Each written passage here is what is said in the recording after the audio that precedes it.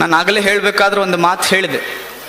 ನಾವೆಲ್ಲ ಎದಕ್ಕೆ ಬಡದಾಡಿವಿ? ರಿಮೋಟ್ಗಾಗಿ ಬಡದಾಡಿವಿ, ಟಿ ವಿಗಾಗಿ ಬಡದಾಡಿವಿ, ಕುರ್ಚಿಗಾಗಿ ಬಡದಾಡಿವಿ, ಬಂಗಾರಕ್ಕಾಗಿ ಬಡದಾಡಿವಿ, ಸ್ಥಾನಕ್ಕಾಗಿ ಬಡದಾಡಿವಿ, ನಾನಾ ಶ್ರೇಷ್ಠ ಆಗಬೇಕಂತ ಬಡದಾಡಿವಿ.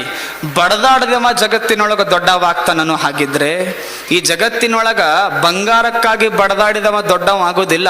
ಈ ಜಗತ್ತಿನೊಳಗ ಪ್ರೀತಿ ಹಂಚಿದವ ಮಾತ್ರ ದೊಡ್ಡವಾಗ್ತಾನ ಅನ್ನೋದನ್ನ ನಾವು ತಲೆಗಿಟ್ಕೋಬೇಕು. The one who spreads love, the one who spreads love. ಈ ಜಗತ್ತಿನೊಳಗೆ ಯಾರು ಪ್ರೀತಿಯನ್ನು ಹಂಚ್ತಾರಲ್ಲ ಅವ್ರು ಮಾತ್ರ ದೊಡ್ಡವರಾಗಲಿಕ್ಕೆ ಸಾಧ್ಯ. ನಾವೆಲ್ಲ ತಿಳ್ಕೊಂಡಿವಿ ಏನು ಸುಮ್ಮ ಬಂಗಾರ ಕಟ್ಟಿದ್ರೆ ಆಯ್ತವ ದೊಡ್ಡವ, ಬಂಗಾರ ಈಗ ನೋಡಿ ನೀವು ಸಾಕಷ್ಟು ತಾಯಂದಿರಲ್ಲಿ ಸೇರಿರಲ್ಲ. ನಾನು ಒಂದು ನನಗೆ ಕತಿ ನೆನಪಾಗ್ತೈತಿ. ನೀವೆಲ್ಲ ತಾಯಂದಿರು ನೋಡಿದಾಗ ಯಾವ ನಿಮ್ಗೆ ಅನ್ನಕತ್ತೀನಿ ಅನ್ಕೋಬಾಡ್ರಿ, ಮತ್ತು ನಾಳೆ ಏನೋ ಅಂತಾರಲ್ಲ. ಈ ಮೊನ್ನೆ ಅಮಾಸೆ ಆಯ್ತಲ್ಲ, ಮಠಕ್ಕೆ ಅಮಾಸೆಗೊಂದು ಬರ್ತಾರೆ ಸಾಕಷ್ಟು ಹಳ್ಳಿಯಿಂದ ಜನಗಳೆಲ್ಲ ಬರ್ತಿರ್ತಾರ.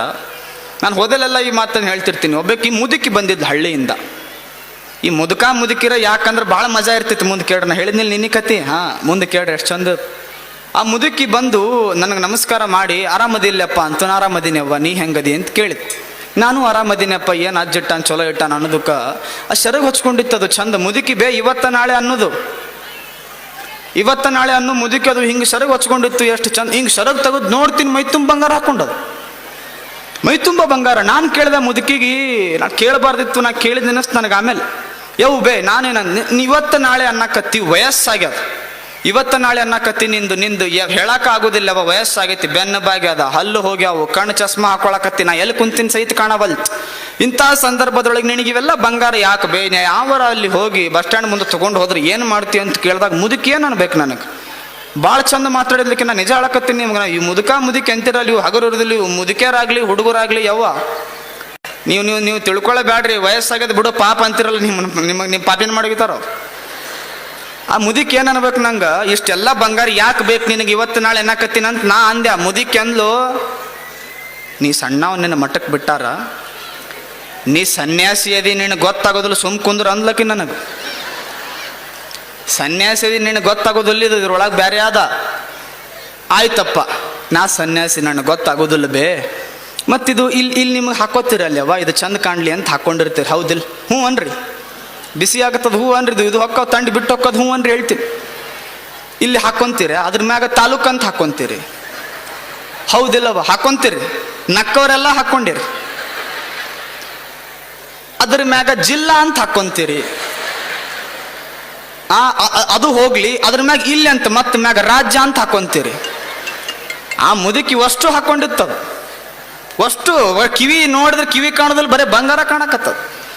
ನಾ ಕೇಳಿದೆ, ಇವೆಲ್ಲ ತಾಲೂಕು ಜಿಲ್ಲಾ ರಾಜ್ಯ ಯಾಕೆ ಬೇ ಮುದುಕಿ ನಿನಗೆ ಕೇಳಿದಾಗ ಮುದುಕಿ ನನಗೆ ಹೊಳ್ಳಿ ಆಕಿ ಏನು ಅನ್ಬೇಕು ನನಗೆ, ನೀವು ಗಂಡು ಮಕ್ಳು ಏನು ಇರ್ತೀರಿ, ಕೈಯಾಗ ಖಡ್ಗ ಹಾಕ್ಕೊಂಡು ಕತ್ರಿ ಬಜಾರ್ನಾಗ ಆಗಲಿ ಬಸ್ ಸ್ಟ್ಯಾಂಡ್ನಾಗ ಆಗಲಿ ಒಂದು ಅಹಂಕಾರದ ಮಾತು ಹೇಳ್ಕೊಂತ ಹೊಕ್ಕಿರ್ತೀರಿ ನೀವು.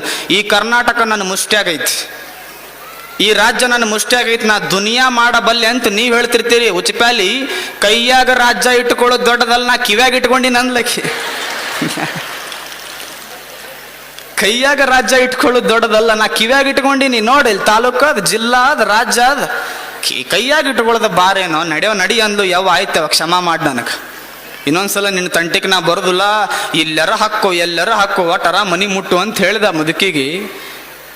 ಏನಕ್ಕೆ ಈ ಮಾತು ಹೇಳಿದೆ ಅಂದರೆ, ಬಡದಾಡೀವಿ, ಬಂಗಾರಕ್ಕಾಗಿ ಬಡದಾಡೀವಿ, ಬೆಳ್ಳಿಗಾಗಿ ಬಡದಾಡೀವಿ, ನಾ ಚಂದ ಕಾಣಬೇಕಂತ ಬಡದಾಡೀವಿ, ನಾನಾ ಭಾಳ ಚಂದ ಅಂತ ಬಡದಾಡೀವಿ.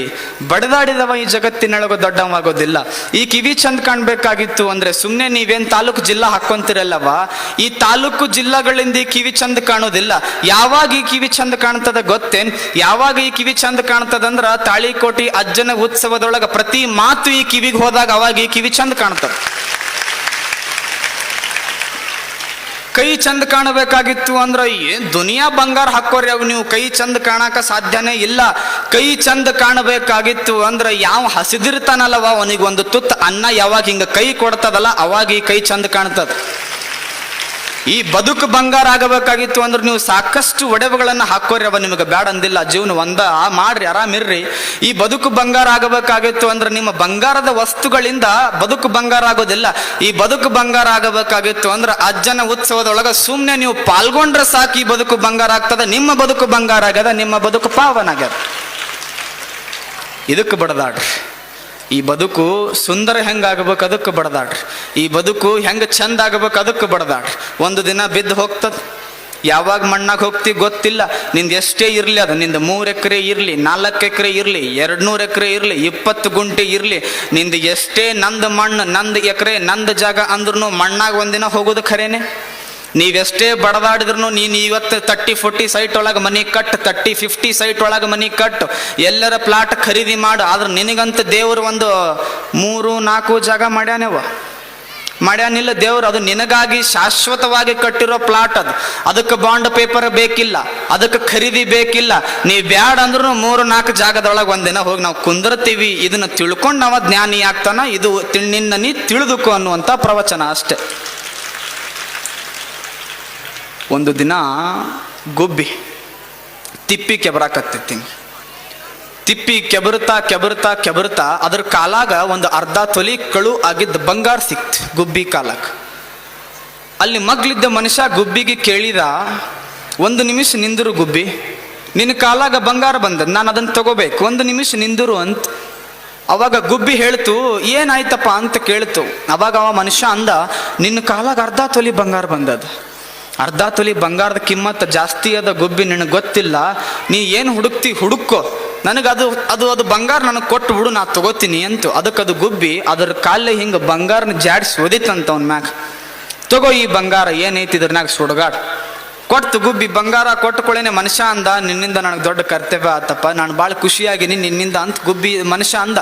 ಅವಾಗ ಗುಬ್ಬಿ ಅಂತೂ ಎಲ್ಲ ಆಗೋದಾತ, ತಗೊಳ್ಳಿ, ನಿನಗೊಂದು ಮಾತು ಕೇಳ್ತೀನಿ ಮನುಷ್ಯನೇ, 2 ಕಾಲಿನ ಮನುಷ್ಯನೇ, ಮಾನವನೇ, ನಿನಗೆ ನಾನು ಒಂದು ಮಾತು ಕೇಳ್ತೇನೆ. ಈ ಬಂಗಾರ ನಿನಗೆ ಏನಾರ ಮಾಡ್ಯೋದು ಮಾರಾಯ?